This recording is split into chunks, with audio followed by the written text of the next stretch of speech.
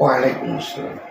আমি আব্দুল মোতালেব সাহেব, বয়স 65, গত 26শে ফেব্রুয়ারি আর্মান ফার্মাসিউটিক্যালের হেড অফিসে কিডনি জনিত রোগের চিকিৎসার জন্য আসেন।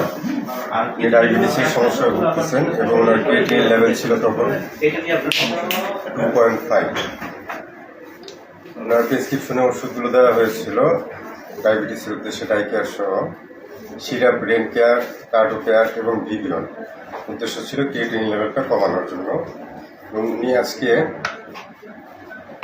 16/5/2025 তারিখে আমাকে প্রেসক্রিপশন নিয়ে আসছেন 6 এবং ক্রিয়েটিনিন লেভেল এখন কমে আসছে 2.5 থেকে 1.79।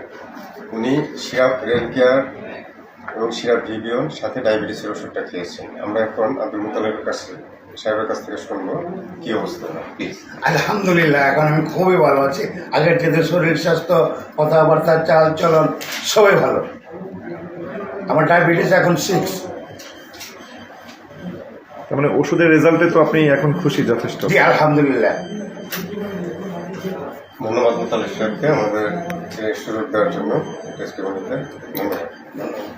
জি, আপনি ভালো থাকবেন, দোয়া রাখবেন। ইনশাআল্লাহ আমাদের জন্য দোয়া করেন। জি অবশ্যই, আরো অন্যদেরকে জানাবেন যারা এই ধরনের অসুস্থতায় ভুগছে আমাদের। কয়েকদিন পর থ্যাংক ইউ।